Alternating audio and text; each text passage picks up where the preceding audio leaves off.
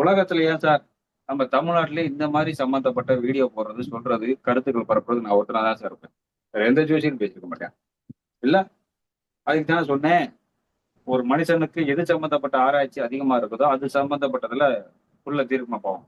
நான் ஜோதிடத்துல ஆராய்ச்சியில நெருக்கு நிறைய நிறைய உள்ள போனாலும், இது சம்பந்தப்பட்டதுல நிறைய ஆராய்ச்சி பண்ணுவேன். இது ஒரு மனுஷன் ஏன் தப்பான பாதிக்க போறான்? ஒரு பொம்பளை பிள்ளை ஏன் தப்பான பாதிக்க போகுது? ஏன் பொம்பளை பிள்ளையால ஒரு கட்டுக்கோப்பாடு இருக்க முடியாதா? இந்த பொண்ணு ஏன் தப்பா போனா? சரி ஒரு ஆண் ஏன் இப்படி தப்பா போனேன்? சரி இந்த ஆண் என்ன பாவம் செஞ்சான்? இவன் கடைசி வரைக்கும் எனக்கு பொம்பளை சுகமே இல்லாம போச்சே. அப்படி ஆராய்ச்சியில நான் பண்ணேன். சரியா? அதான் சொல்றேன். ஆண்ட்ராய்டு மொபைல் வாங்கினது 2020ல. அதுக்கு முன்னாடி யூடியூப்ல ஜோசியம்லாம் பேசுவாங்களாங்கிறது எனக்கு தெரியாது. உண்மையிலே தெரியாது.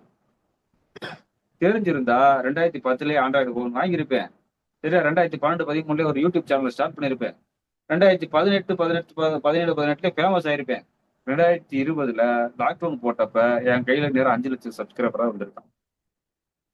என்னுடைய போதாத நேரம் அல்லது எனக்கு காண்டவன் கொடுத்த டைம் அப்படித்தான் நினைச்சுக்க வேண்டியதான். 20க்கு அப்புறம் தான் லாக்டவுன்ல ஜனவரி மாசம் போன் வாங்குறேன். பிப்ரவரி மாசமா மார்ச் மாசம் லாக்டவுன் போடுறாங்க.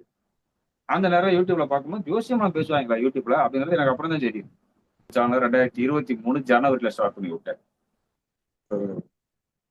பண்ணி விட்டுட்டு என்னுடைய எனக்கு தெரிஞ்ச விஷயங்களை போட்டு வந்துகிட்டு இருக்கேன். இது ஞானம் மட்டும் நான் ஒரு 5, 6 வருஷத்துக்கு முன்னாடி இல்ல ஒரு 10 வருஷத்துக்கு முன்னாடி ஒரு போன் வாங்கி ஜாதகத்தை ஜோசியத்தை போட்டதுன்னா இன்னைக்கு எப்படியோ போயிருக்கலாம். உண்மையா இல்லையா? இன்னைக்கு தமிழ்நாட்டுல எடுத்துக்கங்க. எந்த ஜோசியரா இருந்தாலும் இந்த மாதிரி பேசுவாங்களா?